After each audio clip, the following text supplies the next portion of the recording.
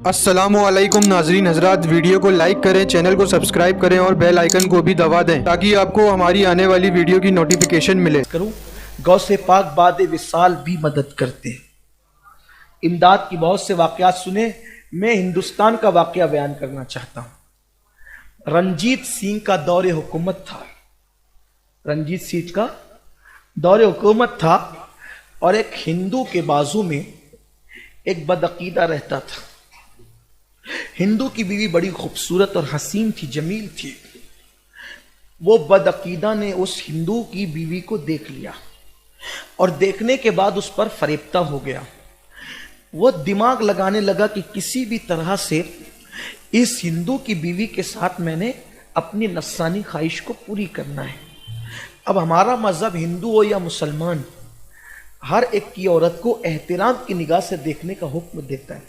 सिख की बीवी हो, ईसाई की बीवी हो, मुसलमान की बीवी हो, हिंदू की बीवी हो, मजहब यहाँ नहीं देखा जाता।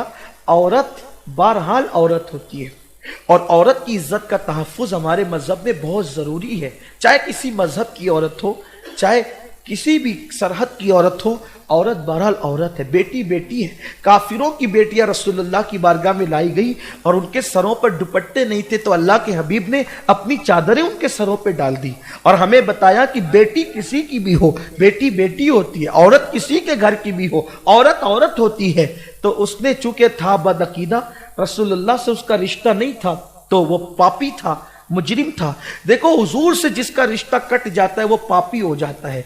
अगर किसी के दिल में पाप जन्म लेता है तो उसको एहतिसाब करना चाहिए कि कहीं मदीने की सरकार से मेरा रिश्ता तो नहीं कट गया, मदीने के ताजदार से मेरा रिश्ता तो नहीं कट गया। ये बहुत इबरत की बात है, दिल में ख्याल रखना अच्छी तरह से। जिस दिन दिल पापी हो जाए कहीं समझ लेना कि मदीने की ताजदार से अपना रिश्ता कट तो नहीं हो रहा है, और मदीने के ताजदार से अपना रिश्ता कमजोर तो नहीं हो रहा है, मुनक़ता तो नहीं हो रहा है। इसका बहुत ख्याल करना, क्योंकि जब तक उस बारगाह से रिश्ते जुड़े होते हैं इंसान की निगाहें पाकीज़ा होती है, बाहया होती है, कान बाहया होते हैं। उस बारगाह से रिश्ता जुड़ने पर इंसान को बड़ी पाकीज़गी नसीब होती है।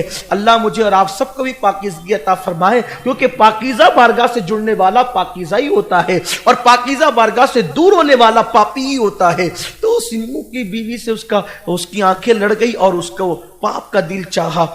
मौके की तलाश में था वो, लेकिन फिर ये हुआ कि उसको मौका नहीं मिला गांव के अंदर। तो इत्तेफाक से वो मियाँ बीवी दोनों जा रहे थे, उसके मैके पहुंचाने के लिए उसका शौहर जा रहा था। गरीबी का दौर था उस वक्त, तो लोगों के पास इतना माल नहीं था। तो फिर ये हुआ कि वो दोनों चले जा रहे थे। इसको जब खबर मिली तो खबर मिलने के बाद इसने सोचा कि फायदा उठाना चाहिए। ये इनके पीछे घोड़ा लेकर के चला गया, उसके शौहर से कहा कि चलो घोड़े पे बैठ जाओ। उसने कहा नहीं, मेरी बीवी साथ में, मैं कैसे बैठ सकता हूँ। कहा दोनों बैठ जाओ। कहा नहीं, मैं नहीं बैठ सकता मेरी बीवी को लेकर के। तो बीवी को कहने लगा कि तुम बैठ जाओ। उसने कहा नहीं, मैं नहीं बैठ सकती।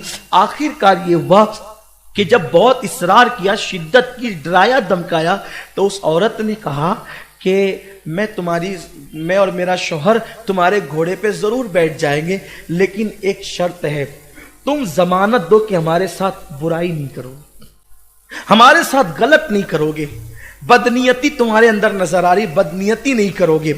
उसने कहा किसकी जमानत दूं, यहां तो कोई है नहीं। इत्तेफाक से चूंकि एक दूसरे के पड़ोस में रहते रहते एक दूसरे से बातें सुनने में आती है। इस पड़ोस में तो बदअकीदा था, इस पड़ोस में गौस पाक की कोई कनीज रहती थी, उससे इसकी दोस्ती थी।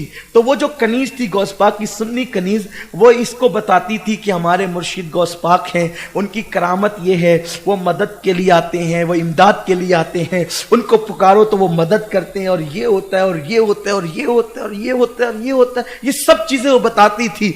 तो ये मजहब की मुसलमान नहीं थी, लेकिन चूंकि औलिया अल्लाह की करामत सुन सुन करके इसके दिल में गौस पाक की मोहब्बत पैदा हो गई थी। तो उसकी सोचा कि मुसलमान है। अब वो तो बेचारी दूसरे मजहब की थी, समझा कि सारे मुसलमान एक जैसे होते हैं, जैसे कि आज भी दूसरे लोग समझते हैं सब एक जैसे होते हैं, इसीलिए लोग बदगुमान भी होते हैं। अल्लाह अकबर। तो जब उसने कहा कि यहाँ जंगल में कौन है जो जिसकी जमानत दूं, का एक काम करो, वो तुम्हारे जो बगदाद वाले बड़े पीर है ना, उनकी जमानत दे दो, बस मैं तुम्हारी सवारी पर बैठ जाऊंगी अपने शौहर के साथ। अब चूंकि वो था बदमजहब, उसने सोचा कि बड़े पीर के नाम से मेरी बिगड़ी बन रही है ना। जब तकरीर करते हैं तो कहते हैं हराम है, शिर्क है, बिदअत है, लेकिन जब मुराद मिलने वाली होती तो फिर बराबर याद आते हैं। फिर क्या हुआ, कहा कि ठीक है तुम वो जो बड़े पीर बगदाद वाले ना, बड़े पीर साहब, हम जो वो उनकी जमानत देते हैं, बैठ जाओ तुम्हें कुछ नहीं होगा। अब जैसे दोनों मियां बीवी घोड़े पर बैठे, इसने निकाली तलवार और तलवार निकाल करके इसके शौहर को कत्ल कर दिया। जैसे शौहर को कत्ल किया, उसकी लाश गिराई और घोड़ा दौड़ाने लगा। जब घोड़ा दौड़ा रहा था तो वो पीछे मुड़ मुड़ कर देखती थी, पीछे मुड़ मुड़ कर देखती थी, पीछे मुड़ मुड़ कर देखती थी। उस बदबख्त ने कहा, ए लड़की तू पीछे मुड़ मुड़ कर किसे देख रही है? तो उसने कहा, बगदाद वाले बड़े पीर साहब को देख रही है। बगदाद वाले बड़े पीर साहब को देख रही है।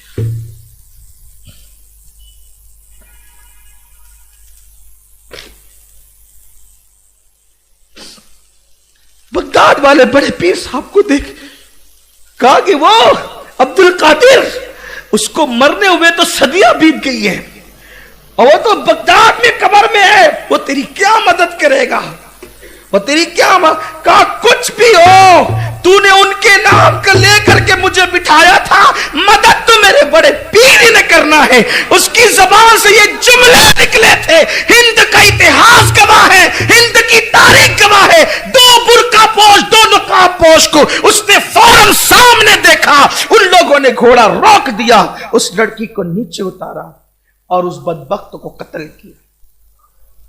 और उसके बाद उससे कहा, बेटी आगे बढ़। उसके शौहर के पास गया जो सर कटा हुआ था, सर को जोड़ करके कहा, कुम बिस्मिल्लाह। उसका शौहर जिंदा हो गया।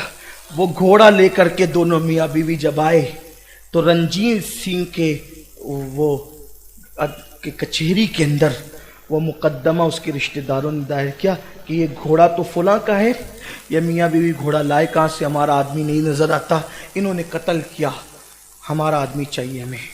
जब कचहरी में मुकदमा आया तो मियाँ बीवी ने कहा, भाई ये तो बात है, लेकिन हमने उसको कत्ल नहीं किया, कत्ल तो किसी और ने किया।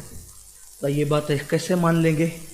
तो कहा कि अपने गांव में जो गुल मोहम्मद मजजूब है ना, मजजूब, वो जो दो पुरका पोश आए थे, उनमें से एक आवाज़ उसकी लगती थी, उस मजजूब की। उस मजजूब को पकड़ के लाओ, वो शायद बात करे। तो हज़रत गुल मोहम्मद मजजूब को जब पकड़ के लाया गया तो उन्होंने पूरा वाक़या बयान फरमाया। कहा कि एक तो गौस पाक थे और एक तो मैं था इसकी इमदाद के लिए। ये सरकार गौस पाक, हिंदू भी पुकारे मदद के लिए, मेरा मुर्शिद आता है सरकार, बस यकीन चाहिए। काफिर भी पुकारे मदद, ये गौस पाक, कोई यकीन तो के माइक पर बहुत सी बातें कहने की नहीं होती, वरना मैं आपका यकीन मजबूत करने के लिए ज़रूर कहता। किताबों में जो लिखा है वो तो लिखा हुआ है, हमने अपने जो मामलात में महसूस किया है, बस उसको दो मिसरों में मैं बयान करना चाहता हूँ कि जब मैंने तुम्हें पुकारा, काम आया तेरा सहारा, चलता आसी का गुजारा तेरी खैर से। हालात कैसे हों, गौस पाक कहते हैं कि कोई मुझे मुसीबत में पुकारे, अल्लाह उसकी मुसीबत दूर कर देते। गौस पाक की बड़ी शान है। मेरे मुर्शिद ने फरमाया, गौस पाक ने, कि मेरे मुरीद को ठोकर लगती मैं गिरने नहीं देता, उसका हाथ पकड़ के होता, बस कोई उनका मुरीद बने। मुरीद बनने से मुराद है कि दिल से उनसे सच्ची वहाँ शक व शुबा नहीं, यकीन। बड़े पीर साहब गौस पाक साहब, फिर देखो अल्हम्दुलिल्लाह ताला उनकी बड़ी बरकतें। गौस पाक का हाल ये था कि गौस पाक का नाम कोई बेवजू लेता था तो वो मर जाता था। गौस पाक का नाम कोई बेवजू लेता था तो हमारे बुजुर्गों ने ये बात, सूफिया ने कही है, मुमकिन है आप इस पे एतराज़ करें जो भी हो, लेकिन सूफिया कहते हैं कि बेवजू का नाम कोई ले नहीं सकता था। लेकिन रसूल पाक ने बताया, अब्दुल कादिर मेरी उम्मत पे रहम करो, लोग इस तरह से नुकसान उठाएं। कहा ठीक है कि अब नहीं मरेगा, बेगुसल अगर वजू बेगुसल नापाकी में नाम लेगा तो अब नहीं मरेगा। लेकिन सूफिया अहलुल्लाह अब भी कहते हैं, अगर नापाकी में अब भी कोई गौस पाक का नाम ले तो कम से कम उसका इतना नुकसान पहुंचता है कि उसका एक बाल टूट कर गिर जाता है। ऐसा हमारे असलाफ कहते हैं, हमारे बुजुर्ग कहते हैं। गौस पाक की शान बहुत बड़ी, आप क्या समझते हैं? गौस पाक की शान बहुत, ये क्या कम शान है कि जहां जिब्रील थक कर बैठ जाते हैं सिदरा पे, جہاں جبریل امین ہم رسول ملائکہ سے غیر رسول کو فضیلت نہیں دیتے، لیکن ذالک فضل اللہ یؤتی من یشاء، جبریل امین اور کوئی نہ جا سکے وہاں سرکار غوث پاک کی روح رسول اللہ سے ملتی ہے اور کہتی ہے کہ حضور میرے کندھوں پہ قدم رکھے۔ حضور جو سدرہ سے آگے بڑھے اور قعبہ قوسین میں پہنچے تو ایک روایت خود امام اہل سنت نے بھی لکھا ہے اس کو کہ رسول پاک نے غوث پاک کے کندھے قدم کعبہ قوسین پہ رکھا، ثم دنا فتح، تو جہاں جبریل کے پر تھک جاتے ہیں وہاں روح غوث اعظم جاتی ہے۔ کوئی کم شان ہے؟ کوئی کون چھوٹا موٹا مقام ہے کسی کی ایسی شان کائنات ولایت کے اندر؟ یہ میرے اور پھر شیخ شہاب الدین عمر سہروردی کہتے ہیں اسی واقعے کا اثر تھا کہ جب غوث پاک پیدا ہوئے تو آپ کی پیٹھ پر رسول پاک کے قدم کا نشان موجود تھا۔